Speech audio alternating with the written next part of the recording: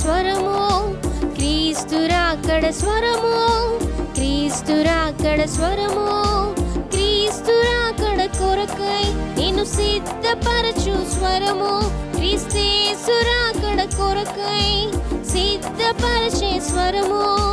వినుమా, వినిపించుమా, కనుమా, సిద్ధపడుమా. క్రీస్తు రాకడ స్వరమును కార్యక్రమను వీక్షిస్తున్న ప్రియులకు ప్రభువైన యేసుక్రీస్తు నామంలో నా హృదయపూర్వక వందనాలు తెలియజేస్తా ఉన్నాను. ఈ సమయంలో దైవజనులు ఎం రత్నకుమార్ గారు దైవవర్తమానం అందిస్తారు. ముందుగా చిన్న ప్రార్థన చేసుకుందాం. పరిశుద్ధ ప్రేమ కలిగిన తండ్రి, దయగల యేసయ్య, నీ ఘనమైన శ్రేష్టమైన పాదాలు కొందనాలు స్తోత్రాలు చెల్లిస్తున్నాను ప్రభా. ఈ క్రీస్తు రాకడ స్వర కార్యక్రమాన్ని మీరే ఆశీర్వాదకరంగా జరిగించండి. మీ దాసులు మీరు బలపరిచి వాడుకోండి. అనేక ఆత్మరక్షణ కార్యక్రమం కొరకై ఈ పని జరిగినట్లుగా సహాయం చేయండి. నీ నామానికి మహిమ తెచ్చుకొని మని యేసు నామమున అడిగి వేడుకొని ప్రార్థిస్తున్నాం తండ్రి, ఆమేన్. రాకడ స్వరము, క్రీస్తు రాకడ స్వరము, క్రీస్తు రాకడ స్వరము, క్రీస్తు రాకడ స్వరము. మన ప్రభువును రక్షకుడైన యేసయ్య పరిశుద్ధమైన నామమున క్రీస్తు రాకడ స్వరం కార్యక్రమం వీక్షించుచున్న ప్రియ వీక్షకులైన మీ అందరికీ నా హృదయపూర్వక వందనాలండి. బాగున్నారా ప్రియులారా? మరొకసారి మనందరూ ఈ రీతికి కలుసుకోవడం చాలా సంతోషకరంగా ఉంది. వేసవి దినాలు కదా, ఎలా ఉన్నారు? జాగ్రత్తగా ఉంటున్నారా ప్రియులారా? కొద్ది సమయం మనం దేవుని వాక్యాన్ని ధ్యానం చేసుకుందాం. దేవుని వాక్య ధ్యానంలోంచి ప్రభువు మనకు అనేకమైన పాఠాలు నేర్పిస్తూ ఉంటుండగా ఈ రోజున కూడా మీకు స్క్రీన్ మీద కనబడుతున్న రీతిగా షెలోమీతు గురించి మరికొన్ని విషయాలు మనం ధ్యానం చేసుకుందాం. షెలోమీతు జీవితంలో మనము 2 విషయాలు ధ్యానం చేస్తూ వచ్చాం. ఒకటి, ఆమె వివాహ విషయంలో సరైన నిర్ణయం తీసుకోలేకపోయింది అని. రెండవది, పుట్టిన కుమారునికి దైవిక క్రమాన్ని నేర్పలేకపోయింది. దాంట్లో 3 విషయాలు చూసాం. ఒకటి, ప్రేమను నేర్పలేకపోయింది. 2, దేవుని భయాన్ని నేర్పలేకపోయింది. 3, దేవుని జనాంగం యొక్క గొప్పతనాన్ని గురించి నేర్పించలేకపోయింది. ఆ సంగతుల గురించి మనం ధ్యానం చేస్తూ వచ్చాం. ప్రియులారా, ఈ రోజున మరొక విషయాన్ని మనం ధ్యానం చేద్దాం. లేవీకాండం 24వ అధ్యాయము 10-11 వచనాలు మన ధ్యాన భాగంగా చదువుకుందాం. ఇశ్రాయేలీయురాలకు ఒక స్త్రీకిని, ఐగుప్తీయుడకు ఒక పురుషునికి పుట్టినవాడొకడు ఇశ్రాయేలీయుల మధ్యకు వచ్చెను. ఆ ఇశ్రాయేలీయురాలి కుమారునికిని ఒక ఇశ్రాయేలీనికిని పాళెములో పోరుపడగా, ఆ ఇశ్రాయేలీయురాలి కుమారుడు యెహోవా నామమును దూషించి శపింపగా, జనులు మోషే యొద్దకు వాని తీసుకొని వచ్చిరి. వాని తల్లి పేరు షెలోమీతు. ఆమె దాను గోత్రికుడైన దిబ్రీ కుమార్తె. ప్రియులారా, ఈ వాక్య భాగాన్ని మనం గమనించినట్లయితే ఇశ్రాయేలీయురాలైన షెలోమీతు ఐగుప్తుని వివాహం చేసుకున్నది. వారి ఇరువురికి ఒక కుమారుడు కలిగాడు. వాడికి ఇశ్రాయేలీయుడికి మధ్య పోరు పడింది, తగాద వచ్చింది. సహజంగా ఒక చోట నివసిస్తూ ఉన్నప్పుడు ఆ పరిస్థితులు వస్తాయి, సహజం. అయితే వీడు దేని గురించి సమస్య వచ్చిందో దాన్ని పక్కన పెట్టేసేసి వీడు చేసిన పని ఏంటండి అని అంటే, ఇక్కడ మనం చదువుతున్నాం, ఆ ఇశ్రాయేలీయురాలి కుమారుడు యెహోవా నామమును దూషించి శపింపగా, జనులు మోషే యొద్దకు వాడిని తీసుకొని వచ్చిరి అనే మాటను ఇక్కడ మనం జ్ఞాపకం చేసుకుంటూ ఉన్నాం.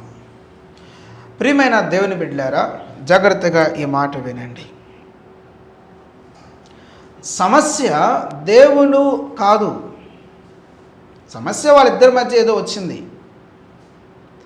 సమస్య వాళ్ళిద్దరికి సంబంధించింది. అయితే ఈ ఇశ్రాయేలీయురాలికి ఐగుప్తునికి వీరిరువురికి జన్మించిన కుమారుడు వీడేం చేశాడంటే దేవుని నామాన్ని దూషించి శపిస్తా ఉన్నాడు. గమనించారా? సమస్య వాళ్ళిద్దరిది. వారిద్దరూ మాట్లాడుకోవాలి, తగాదాడుకోవాలి. అది ఇది కాదంటే వారి మీద అధికారులు ఉన్నారు, న్యాయాధిపతులు ఉన్నారు, వారి దగ్గరికి వెళ్ళి సమస్యను తీర్చుకోవాలి. అది విధానం. అసలు ఇవన్నీ కాదని వీడు చేసిన పని ఏంటంటే ఏకంగా దేవుని నామాన్ని దూషిస్తూ శపిస్తా ఉన్నాడు. ఎందుకని ఇలా జరిగింది? ఇక్కడ మనం ఆలోచించాల్సిన విషయం ఏంటి అని ఆలోచన చేస్తే ప్రియులారా, ఇశ్రాయేలీయుల మధ్య తగాదాలు రావచ్చు, భయంకరమైన తగాదాలు వచ్చినాయి, ఒకరినొకరు కొట్టుకొని తిట్టుకునే అంత సమస్యలు వచ్చినాయి. కానీ ఎక్కడే కానీ వారు దేవుని నామాన్ని దూషించిన పరిస్థితులు మనకి కనపడవు. దేవునికి అవిధేయులైన మాట మనం చదువుతాం, అది దాన్ని సమర్థించట్లేదు. దేవుని వాక్యాన్ని ధిక్కరించిన పరిస్థితులు మనకు కనపడతాయి. దేవుని సేవకుల మీద తిరుగుబాటు చేసిన పరిస్థితులు ఉన్నాయి, ప్రవక్తల మీద తిరుగుబాటు చేశారు, ఇలాంటి పరిస్థితులు ఉన్నాయి. అయితే వీడు ఏకంగా ఒకేసారి దేవుని నామాన్ని దూషించి శపిస్తూ ఉన్నాడు. క్రీస్తునందు ప్రియులారా, నేను ఈ వాక్య భాగాన్ని ధ్యానం చేస్తుండగా నాకు అర్థమైన ఒక విషయం ఏంటంటే, వీడి మీద తల్లి ప్రభావం కంటే తండ్రి ప్రభావమే ఎక్కువగా ఉన్నట్టు కనబడుతూ ఉంది. షిలోమీతు ప్రభావం కంటే తన భర్త అయిన ఐగుప్తీని యొక్క ప్రభావం కనబడుతూ ఉంది. ఐగుప్తీలకి దేవుడు అంటే గిట్టదు, ఐగుప్తీలకి దేవుడు అంటే చాలా కోపంతో ఉన్నారు. ఇలాంటి పరిస్థితులు ఐగుప్తీల హృదయాల్లో ఉండిపోయినాయి. నేను ఈ వాక్యాన్ని ధ్యానం చేస్తుండగా నాకు అర్థమైన విషయం ఏంటంటే, ఈ పిల్లవాడి మీద తల్లి ప్రభావం కంటే తండ్రి ప్రభావం ఎక్కువగా ఉంది. ఐగుప్తీయుడు ఇశ్రాయేలు మధ్యలో ఉన్నాడు కానీ, ఇశ్రాయేలుతో కలిసి నివసిస్తున్నాడు కానీ, ఇశ్రాయేలు దేవుణ్ణి ప్రేమించిన పరిస్థితులు లేవు. ప్రియులారా, ఎంత విచారకరమో ఒకసారి ఆలోచించండి. ఈ పిల్లవాడు మీద తండ్రి యొక్క ప్రభావం ఎక్కువగా ఉంది. ఎందుకంటే తండ్రి ఇశ్రాయేలీయుడు కాదు, తండ్రి ఐగుప్తీయుడు. ఐగుప్తీయుని యొక్క స్వభావం తన కుమారుడి మీద ప్రభావం చూపిస్తూ ఉంది. కాబట్టి మళ్ళీ మొదటి సంగతిని మనం జ్ఞాపకం చేసుకోవాలి. షెలోమీతు జీవితంలో కనబడుతున్న మరొక లోపం ఏమిటంటే,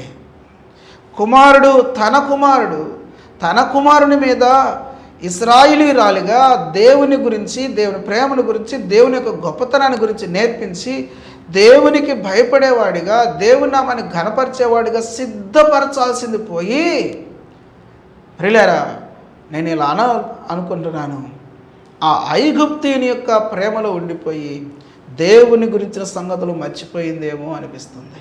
ఎంత విచారకరం. భార్యాభర్తలు ప్రేమ కలిగి ఉండటం మంచిది, ఒకరికొకరు అన్నట్లుగా ఉండటం చాలా మంచిది. అయితే దేవుణ్ణి ప్రక్కన పెట్టా, దేవుణ్ణి కాదనా, దేవుడు వద్దనా, దేవుణ్ణి దూషించేటంతగానో, దేవుని నామాన్ని శపించేటంతగానా ఇది ఎంతవరకు ఉపయోగకరమైంది, ఎంతవరకు ప్రయోజనకరమైంది? యేసుప్రభువు వారు ఏమన్నారు? నాకు వేరుగోండి మీరేమీ చేయలేరు అన్నారు కదా. భార్యాభర్తలు కలిసి ఉండడం మంచిదే, స్నేహాలు మంచిదే, ఒకరికొకరు అన్నట్లుగా ఉండటం మంచిదే, అన్నదమ్ములు అక్క చెల్లెండ్రు స్నేహితులు కలిసిమెలిసి ఉండటం మంచిదే. మన కలిసిమెలిసి ఉండే, మనం ప్రేమ కలిగి ఉండే ఈ పరిస్థితులు మనల్ని దేవునికి దూరం చేసేదిగా ఉండకూడదు. స్నేహితులు ఉంటారు, ఆ స్నేహం ఇరువురు కలిసి ఉండేంత వరకు పర్వాలేదు, కానీ నిన్ను దేవునికి దూరం చేసేంతగా ఉండటం అనేది ప్రమాదకరమైంది. దేవునికి దూరం చేయటం కాసేపు అలా ఉంచుదాం. స్నేహం ఏకంగా తండ్రికి, ఏకంగా తన కుటుంబానికి దూరం చేసిన పరిస్థితులు చిన్న కుమారుడి జీవితంలో మనకు కనపడుతున్నాయి కదా. దాని ఫలితం ఏంటి? ఎల్లకాలం ఆ స్నేహితులు ఉన్నారా? లేదే. డబ్బులు ఉన్నంతసేపు ఉన్నారు, ఆస్తులు ఉన్నంతసేపు ఉన్నారు, పర్వాలేదని అనుకున్నంతసేపు ఉన్నారు. అన్నీ అయిపోయిన తర్వాత, కరిగిపోయిన తర్వాత వాళ్ళు కూడా కనబడకుండా పోయారు. ఇప్పుడు పని ఎత్తుకోవాల్సి వచ్చింది, తిండి లేదు, పందులు తినే పొట్టు తను తినటానికి తాపత్రయపడుతున్నాడు, కనీసం అదన్నా తిని కడుపు నింపుకుందామని. ఎంత దారుణమైన స్థితికి దిగజారిపోయాడు. గమనించండి, తండ్రికి కుటుంబానికి దూరం అయితేనే ఇంత దారుణమైన పరిస్థితులకు దిగజారిపోతే, దారుణమైన పరిస్థితులు అనుభవించాల్సి వస్తే, ఇక దేవాది దేవునికి దూరం అయిపోయి మనం సాధించగలిగేది ఏముంటుంది? సో ఈమె తన భర్త యొక్క అడుగుజాడల్లో ఉండటం మంచిదే. అదే సమయంలో ఆ కుటుంబంలో నిజదేవుని యొక్క ప్రభావాన్ని ఆమె చూపించాలి కదా. ఆ పరిస్థితులు ఆమె జీవితంలో లేకుండా పోయింది. కానీ ఐగుప్తీయుడు మాత్రం తన కుమారుడికి దేవుని గురించిన వ్యతిరేకమైన విషయాలు, దేవుని గురించిన చెడ్డ మాటలు నూరిపోసినట్లున్నాడు. అవి బాగా ఫలించినట్టున్నాయి. సమస్య వచ్చింది, అది పక్కన పెట్టి దేవుని నామాన్ని దూషిస్తూ ఉన్నాడు, శపిస్తూ ఉన్నాడు. ఎంత ఘోరమైన విషయం అండి ఇది, ఎంత భయంకరమైన విషయం. తమ్ముడు, చెల్లి, అక్క, అన్న, తల్లి, తండ్రి, ఈ మాట చెప్తున్నాను, జాగ్రత్తగా వినండి. మన పిల్లల మీద లోక ప్రభావం పడక మునిపే, సైతాను యొక్క ప్రభావం పడక మునిపే, పాపం యొక్క ప్రభావం పడక మునిపే మనం జాగ్రత్త పడాల్సిన అవసరం ఉన్నది. ఇది చాలా ముఖ్యమైనది. దేవుని యందు భయభక్తులతో పిల్లలను పెంచి దేవునికి ఇష్టమైన వారిగా వారిని తీర్చిదిద్దాల్సిన బాధ్యత ప్రతి తల్లిదండ్రులు కదా. ఒకనొక రోజున దేవుడు మనకిచ్చిన పిల్లల గురించి దేవునికి లెక్క అప్పగించాలి కదా. ఆ విషయాన్ని గురించిన గ్రహింపు మనకు లేకపోతే పిల్లలను అధోగతి పాలయ్యడానికి కారణం మనం అవ్వమంటారా? పిల్లలు దేవునికి దూరం అయిపోయిన పరిస్థితులు కారణం మనం అవ్వమంటారా? న్యాయాధిపతుల గ్రంథం 2వ అధ్యాయం 10వ వచనంలో ఒక దారుణమైన విషయాన్ని చదువుతాం. ఆ తరము వారందరూ తమ పితరుల యొద్దకు చేర్చబడిరి. వారి తరువాత యెహోవానైనను ఆయన ఇశ్రాయేలు కొరకు చేసిన కార్యములనైనను ఎరుగని తరం ఒకటి పుట్టగా అని చదువుతున్నా. ఈ వాక్యం చదువుతుంటే ఎంత బాధేస్తూ ఉంటుందో. ఒక తరం పుట్టిందటండి. ఒక తరం అంటే ఎన్ని లక్షల మందో ఒక తరం తయారైపోయింది. లక్షల కొలది తరం. ఏ తరం అది? యెహోవానైనను యెహోవా ఇశ్రాయేలు కొరకు చేసిన కార్యములను ఎరుగని తరం పుట్టిందటండి. అట్ట పుట్టింది. అది ఎలా సాధ్యం అంటే అలాంటి తరం తయారైందని అర్థం. అంటే దాని అర్థం ఏంటి? తల్లిదండ్రులు దేవుని గురించి కానివ్వండి, దేవుని కార్యాల గురించి కానీ, దేవుని గొప్పతనాన్ని గురించి కానీ పిల్లలకు నేర్పలేదు, బోధించలేదు. దాని ఫలితంగా ఆ తరం దేవుని ఎరుగని తరంగా, దేవుని యందు భయభక్తులు లేని తరంగా మారిపోయింది. గమనించారా? ఎవరు దానికి కారణం? తల్లిదండ్రులు కాదా? ఎంత విచారకరమైన విషయం. క్రీస్తునందు ప్రియులారా, ఈ కార్యక్రమాన్ని వీక్షిస్తున్న మన జీవితంలో పిల్లల విషయంలో మనం ఎటువంటి శ్రద్ధ తీసుకుంటున్నాం? ఇది చాలా విలువైనది. మన దేవుడు మనకిచ్చిన పిల్లలని వాళ్ళని దేవుని కొరకు సిద్ధపరచాలి. గత పర్యాయం మనం షిలోమీతు గురించిన ధ్యానంలో యోకేబేదు గురించి మనం చూసాం. యోకేబేదు దేవుని కొరకు తన బిడ్డలను సిద్ధపరిచింది. 3 పిల్లలను దేవుని చేతిలో పెట్టింది. 3 పిల్లలను దేవుడు తన చేతిలో పెడితే వారిని దేవునికి మళ్ళీ చేసేసేసింది. ఎంత అద్భుతమైన తల్లో యోకేబేదు. ప్రియమైన సోదరి సోదరులారా, ఆమె వివాహ విషయంలో సరైన నిర్ణయం తీసుకుంది. దేవుడు మోషే గారితో మాట్లాడి తెలుసండి, నేను అబ్రహాము దేవుడును, ఇస్సాకు దేవుడును, యాకోబు దేవుడును అని అంతటితో ఆగకుండా ఆయన పలికిన మాట ఏంటంటే నీ తండ్రి దేవుడును అన్నాడు. అంటే అబ్రహాము దేవుని యందు ఎంత భక్తి కలిగి జీవించాడు, దేవుని ఎడల ఎంత విధేయత కలిగి జీవించాడు, ఆ మాట తెలియజేస్తుంది. అబ్రహాము, ఇస్సాకు, యాకోబులతో సమానంగా అబ్రాము హెచ్చించబడ్డాడనంటే దేవుడే స్వయంగా ఆ మాట అన్నాడంటే అబ్రాము ఎంత అద్భుతమైన భక్తి కలిగిన వ్యక్తో, యోకెబేదు ఎంత అద్భుతమైన భక్తి కలిగిన తల్లో ఆలోచన చేస్తూ ఉండంటే ఇప్పుడు ఆశ్చర్యం కలుగుతుంది. అందుకనే ఆ బిడ్డలు దైవభక్తి కలిగిన బిడ్డలుగా తయారయ్యారు. ఇశ్రాయేలు జనాంగాన్ని నడిపించే ఒక కుటుంబానికి సంబంధించిన వ్యక్తులు 3 వ్యక్తులు నిలబడ్డారు. ఎంత ఆశ్చర్యకరమైన విషయం. ఓ తల్లి, సోదరుడా, పిల్లలను భౌతికంగా శ్రద్ధ తీసుకొని పెంచడం తప్పేమీ కాదు. వాళ్ళకి మంచి చదువులు చెప్పించడం, మంచి వస్త్రాలు ఇవ్వటం, మంచి పరిస్థితులు కలుగు చేయడం తప్పేమీ కాదు. అవన్నీ మరణం వరకే కదా పనికొచ్చేది. నిత్య జీవ సంబంధమైన సంగతులకి ఇప్పుడే కదా మనం పునాది వేయాలి, ఇప్పుడే కదా దాని కొరకు సిద్ధపరచాల్సింది.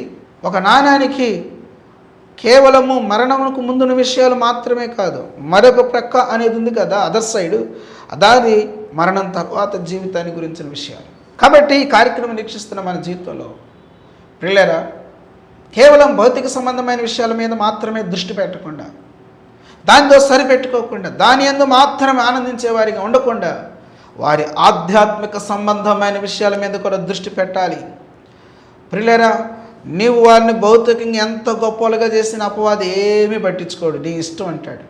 ఎప్పుడైతే వారిని దైవభక్తిలో పెంచడానికి నువ్వు ప్రారంభించావో, ఎప్పుడు మొదలు పెట్టావో, అప్పుడే వాడు కూడా స్టార్ట్ చేస్తాడు దాన్ని పాడు చేయటానికి. ప్రియులారా, ఈ కార్యక్రమం వీక్షిస్తుండగా పిల్లల విషయాల్లో మనం ఎలా శ్రద్ధ తీసుకుంటున్నాం?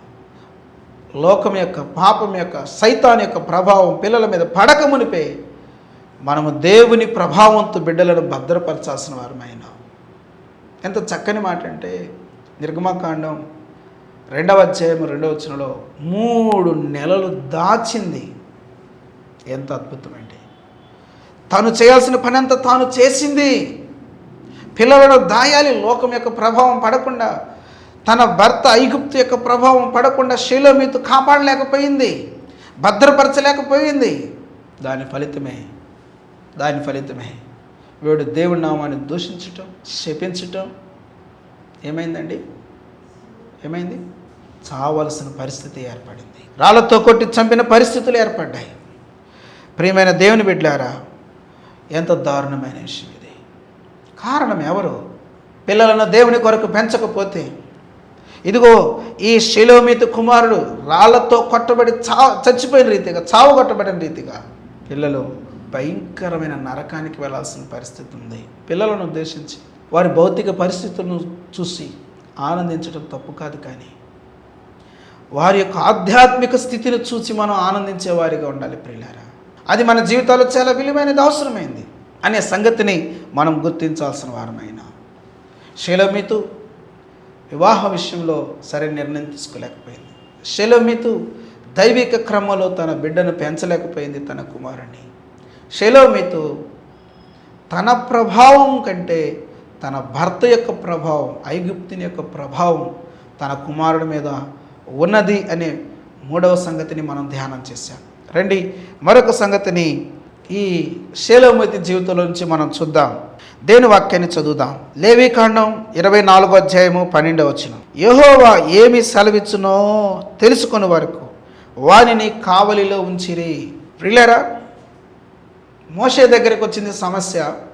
మోషే ఏం చేశాడంటే దేవునికి ప్రార్థన చేశాడు, ప్రభువా ఈ బిడ్డ విషయంలో ఏం చేయమంటావో చెప్పు అని. వారు కనిపెడుతూ ఉంటుండగా దేవుడు చెప్పాడు, వాడిని రాళ్లతో కొట్టి చంపేసేయండి అని. ఇక్కడ నేను ధ్యానం చేస్తుండగా నా హృదయంలో వచ్చిన ఆలోచన ఏంటంటే, ప్రియులారా, మోషే గారి దగ్గరికి వెళ్ళి కానీ, తనుగా దేవుని సన్నిధిలో మోకరించి కానీ క్షమాపణ కోరుకున్న పరిస్థితులు ఈమె దగ్గర లేవు.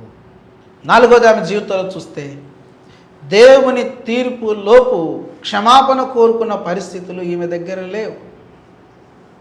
అయ్యా పాపం జరిగింది, తప్పు జరిగింది, ఇది తప్పు, ఇది దోషం, దయచేసి కనికరించి క్షమించండి, ఈసారి ఇటువంటి పరిస్థితి రాకుండా జాగ్రత్త పడతాను అని ప్రియులారా ఈమె క్షమాపణ కోరుకోలేకపోయింది.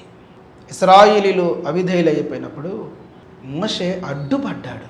అహరోను ప్రజలను దారి తప్పించినందుకు దేవుని కోపం అహరోను మీదకి రాబోతున్నప్పుడు అహరోను దేవుని కోపాన్ని అనుభవించకుండా మోషే అడ్డుపడ్డాడు. దేవుని బిడ్డలారా, ఈమె కూడా తన కుమారుడు దేవుని ఉగ్రత పాలు కాకుండా ముందుగానే మేలుకొని, అయ్యో జరగరాని పొరపాటు జరిగిపోయింది, నా కుమారుడు నశించిపోబోతున్నాడని చెప్పి మేల్కొని తన కుమారుని మీదకి దేవుని ఉగ్రత రాకుండా జాగ్రత్త పడలేకపోయింది. దేవుని తీర్పులోపు దేవుని దగ్గర క్షమాపణ కోరుకోలేకపోయింది. ప్రియమైన దేవుని బిడ్డలారా, గమనించండి, ఇక్కడ మనకి అబీగయలు గుర్తు రావట్లా? అబీగయలు దావీదు తాను పంపించిన సేవకుల యొక్క సంగతి తెలియని పరిస్థితుల్లో ఆహార పదార్థాలన్నింటినీ తీసుకొని వెళ్ళి తన ఇంటి మీదకి వచ్చి తన ఇంటిని నాశనం చేయాలనుకొని ఉద్రేకంతో ఉగ్రతతో ఉన్న దావీదుకు అడ్డుపడి ఏం మాట్లాడింది? ఈ దోషం నాదనించయ్యా, నీ సేవకులు వచ్చిన సంగతి నాకు తెలియదు. ఎంత వేడుకున్నది, ఎంత ప్రతిమాలుకున్నది. తన ఇంటి మీదకి రావాల్సిన ఉగ్రతను ఎంత అద్భుతమైన రీతిలో తప్పించింది. ఏమైపోయింది? ఈ ఇశ్రాయేలీయురాలు షెలో మీదికి. ఎందుకు? గ్రహింపు లేకుండా పోయింది. నేను అదే మొదటి నుంచి చెప్తున్నాను. తన కుమారుడి నాశనానికి ఈమె ఖచ్చితంగా ఉత్తరవాదిగా మారింది. ప్రారంభం నుంచి కూడా ఈమె జీవితంలో యోగ్యతతో కూడిన జీవితం మనకి కనబడట్లేదు. అవిధేయురాలుగానే కనబడుతూ ఉంది. లోపాలతో కూడిన జీవితం. వివాహ విషయంలో ఫెయిల్ అయింది, పెంపకం విషయంలో ఫెయిల్ అయింది, ప్రభావం చూపడంలో ఫెయిల్ అయిపోయింది. ఆఖరికి మరణము తప్పించబడటం విషయంలో కూడా ఈమె ఫెయిల్ అయిపోయిన పరిస్థితులు. క్షమించడానికి సిద్ధమైన మనసు కలిగిన వాడు కదా. ఇశ్రాయేలు జనాంగం అంతటిని నాశనం చేస్తానని దేవుడు అన్నప్పుడు మోషే అడ్డుపడితే దేవుడు క్షమించాడు కదా. అహరోను చావలసిన వాడు అయింటుండగా మోషే అడ్డుపడడం ద్వారా అహరోను క్షేమంగా బయటపడ్డాడు కదా. దేవుడు అన్యాయస్తుడా? దేవుని బిడ్డలారా, జాగ్రత్తగా వినండి. మనము దేవుడు మనకిచ్చిన పిల్లలు, నీ భర్త కావచ్చు, నీ పిల్లలు కావచ్చు, నీ భార్య కావచ్చు, నీ తల్లిదండ్రులు కావచ్చు, అన్నదమ్ములు కావచ్చు, సత్యము ఎరిగిన నీ జీవితంలో నీ ఇంటివారే కానీ, నీ పొరుగువారే కానీ, నీ బంధువులే కానీ వారు దేవుని ఉగ్రతను అనుభవించ మునిపే, వారు ఉగ్రత పాలు కాక మునిపే ఒక సత్యం ఎరిగిన వ్యక్తిగా, దేవుని ఎరిగిన వ్యక్తిగా వారు కూడా సత్యంలోకి వచ్చేటట్లుగా, మరణం అనగా నరకం తప్పించబడే రీతిగా నీవు దేవుని సన్నిధిలో మొర్ర పెట్టవలసిన అనుభవము ఇక్కడ మనం జ్ఞాపకం చేసుకోవాలి. ఒక అబీగయీలు వలె దేవుని సన్నిధిలో క్షమాపణ కోరుకుంటూ రావలసిన ఉగ్రతను తప్పించే ఆ భారముతో కూడిన జీవితం అనేది దేవునికి ఎంత ఇష్టమైనదో. కాబట్టి ప్రియులారా, ఇక్కడ మనం గుర్తుపెట్టుకోవాల్సిన విషయం ఏంటి అని అంటే, పిల్లలు, భర్త, కుటుంబీకులు ఉగ్రత పాలు కాక మునిపే దేవుని సన్నిధిలో మనం మొరపెట్టాలి.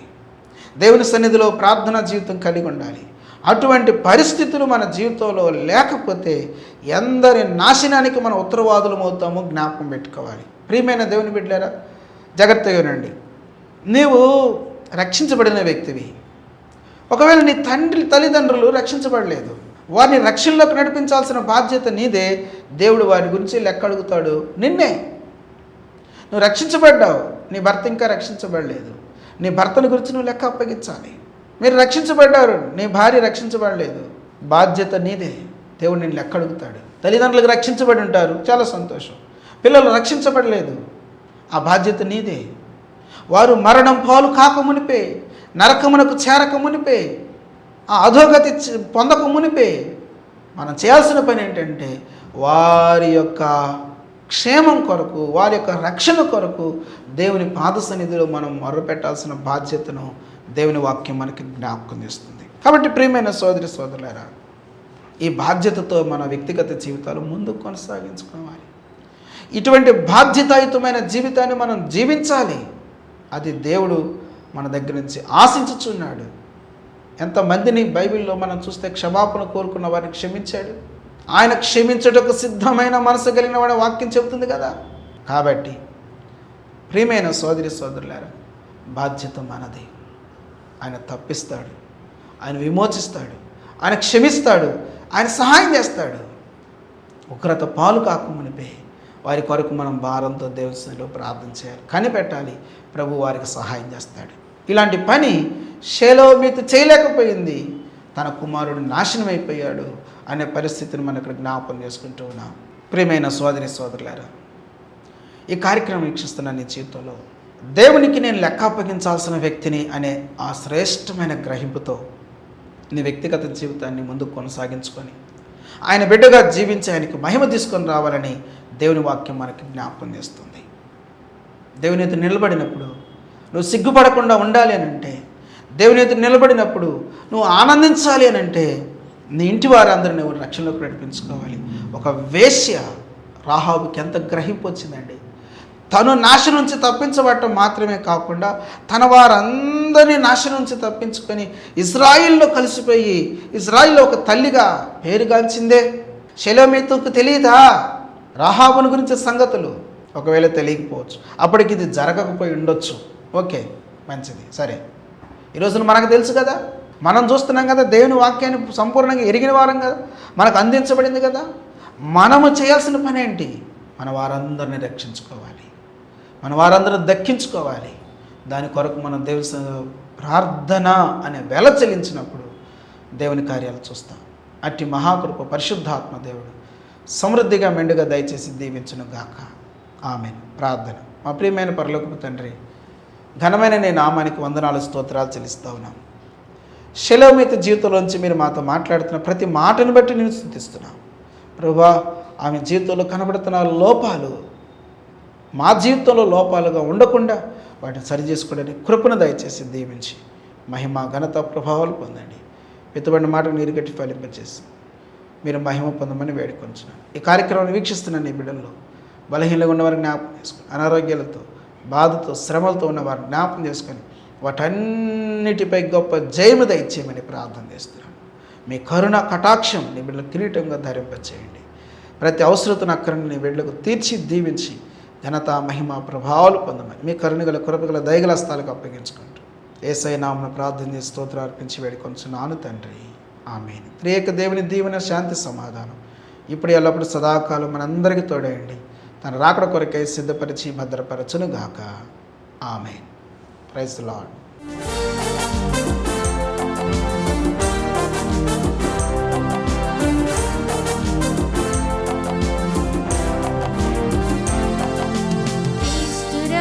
స్వరము క్రీస్తురాకడ స్వరము క్రీస్తురాకడ స్వరము క్రీస్తురాకడ స్వరము క్రీస్తురాకడ కొరకై నిన్ను సిద్ధపరచు స్వరము క్రీస్తేసురాకడ కొరకై సిద్ధపరచే స్వరము వినుమా వినిపించుమా హనుమా సిద్ధపడు